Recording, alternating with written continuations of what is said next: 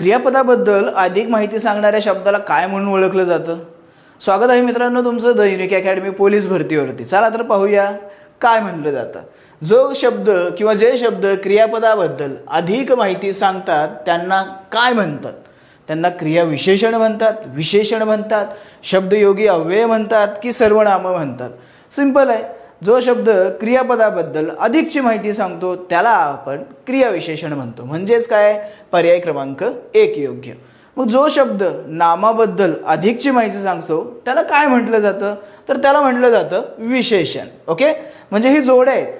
याचा संबंध जो आहे क्रियाविशेषणाचा तो क्रियापदासोबत आहे, विशेषणाचा जो संबंध आहे तो नामासोबत आहे.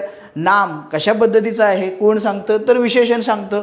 शब्दयोगी अव्यय काय करतो? तर शब्दाला जोडून येतो आणि पुढील वाक्यातील जे इतर शब्द आहेत किंवा क्रियापद आहे त्याच्या संबंधी तो अधिकची माहिती सांगतो. आणि जो सर्वनाम आहे हा सर्वनाम काय करतो? तर नामाच्या ऐवजी येतो. नामाच्या ऐवजी येऊन तो नामाचं कार्य करतो.